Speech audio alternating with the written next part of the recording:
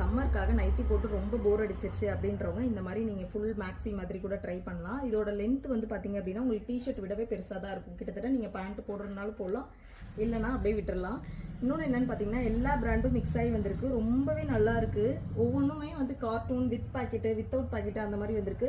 Rate வந்து எங்களால் predict பண்ணவே முடியல. காரணம் என்னென்னு கேட்டிங்கன்னா ஒவ்வொரு குவாலிட்டி ரொம்ப வந்து திக்காக இருக்குது, ஒவ்வொரு குவாலிட்டி கொஞ்சம் தின்னாக இருக்குது. அதனால் நாங்கள் என்ன பண்ணலான்ட்டு இருக்கோம், தனித்தனியாக பிரிக்க முடியாது இல்லையா? ஸோ வந்து எல்லா சைஸும் நாங்கள் ஒன்றா கலந்து வச்சுருக்கோம். சைஸ் மட்டும் தனித்தனியாக பிரிச்சிருக்கோம்.